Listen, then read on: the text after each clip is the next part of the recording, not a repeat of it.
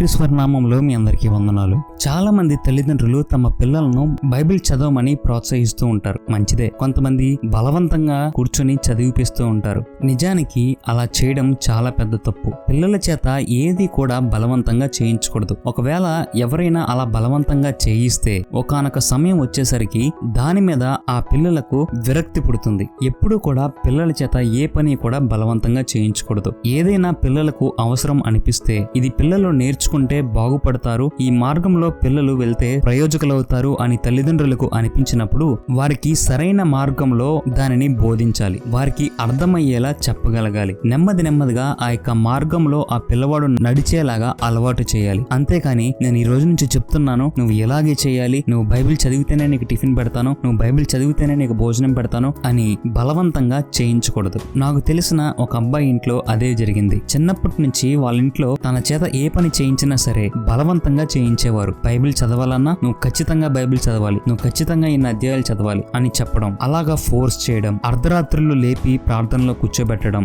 బలవంతంగా ఇష్టం లేకపోయినా అతని చేత ప్రార్థన చేయించడం, ఒకవేళ చేయకపోతే వాడి మీద సీరియస్ అవ్వడం, ఇలా కంటిన్యూస్ గా చేయడం వలన ఇప్పుడు కాలేజీ టైంకి వచ్చేసరికి బైబిల్ చదవాలన్నా, ప్రార్థన చేయాలన్నా, చర్చికి వెళ్లాలన్నా విరక్తి కలిగింది. అతనికి ఆ విధమైన భావన రావడానికి కారణం ఎవరు? కేవలము వారి తల్లిదండ్రులే. కాబట్టి ఏదైనా మన పిల్లలకు మంచి చేయాలి అని మనం ఆశపడితే నెమ్మదిగా అర్థమయ్యేటట్టు వారికి చెప్పాలి. పిల్లలు నెమ్మదిగా చెప్తే అర్థం చేసుకుంటారు, కానీ బలవంత పెడితే ఎప్పటికీ ఆ పనిని ఇష్టంగా చేయరు. కాబట్టి పిల్లలను దయచేసి బలవంత పెట్టవద్దు. బైబిల్ చదవడానికి ఆసక్తి కలిగేలా వారికి చెప్పండి. బైబిల్ చదవాలని వారికి కోరిక రావాలి. చిన్నప్పటి నుంచి వారికి బైబిల్ను నెమ్మదిగా కథల రూపంలో వారికి నేర్పించాలి. ఒక స్టేజ్ వచ్చేసరికి వారికి బైబిల్ చదవాలన్న కోరిక వారిలో కలగాలి. మరికొంతమంది తల్లిదండ్రులు ఏం చేస్తారంటే వారు అసలు బైబిలే చదవరు, కానీ వారి పిల్లలు మాత్రము బైబిల్ చదవాలని బలవంత పెడుతూ ఉంటారు. నిజానికి నేను చెప్తున్న ముఖ్యమైన విషయం ఏమిటంటే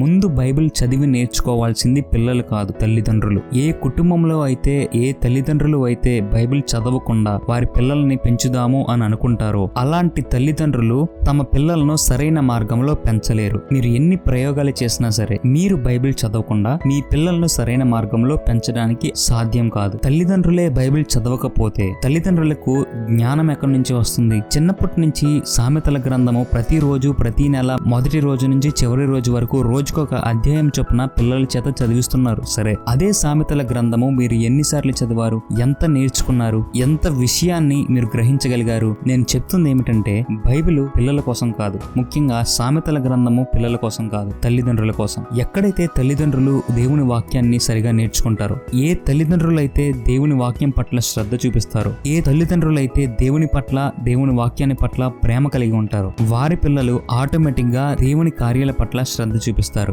బైబిల్ సరిగా చదివినప్పుడే పిల్లల్ని ఎలా పెంచాలో అర్థమవుతుంది. బైబిల్ సరిగా చదవకపోతే పిల్లల్ని ఎలా పెంచాలో అర్థం కాదు. కాబట్టి పిల్లలకు చెప్పే ముందు బైబిల్ చదివి నేర్చుకోవాల్సింది తల్లిదండ్రులు. మీరు బైబిల్ చదవకుండా మీ పిల్లలు బైబిల్ చదవాలి, ప్రతిరోజు ప్రతిరోజు కంటత వాక్యం చెప్పాలి అని గనక మీరు బలవంత పెడితే ఒకానొక సమయం వచ్చేసరికి క్రైస్తవ్యం పట్ల వారికి విరక్తి పుడుతుంది. అది కాదు సరైన మార్గంలో పెంచే పద్ధతి. మీరు ఎప్పుడైతే వారి ముందు బైబిల్ చదువుతూ ఉంటారో, వారిని కూర్చోబెట్టి బైబిల్లోని విషయాలను వారికి నేర్పిస్తూ ఉంటారో అప్పుడు వారు సరైన మార్గంలో పెరగగలుగుతారు. బైబిల్ పట్ల, దేవుని వాక్యం పట్ల వారికి శ్రద్ధ ఉంటుంది, ప్రేమ ఏర్పడుతుంది, వారి జీవితాలు బాగుపడతాయి, వారి పిల్లలకు అది అలవాటు చేయగలుగుతారు, వారి పిల్లలకు అది అలవాటు చేయగలుగుతారు, సమాజానికి మంచి పిల్లలను అందించగలుగుతారు. వారు ప్రయోజకులు అవ్వడం మాత్రమే కాకుండా అనేకులకు ప్రయోజకులుగా అవ్వడానికి మార్గదర్శకులుగా వారు ఉంటారు. కాబట్టి పిల్లల చేత దయచేసి ఏది బలవంతంగా చేయించొద్దు. వారు ఏం చేసినా సరే ప్రేమపూర్వకంగా,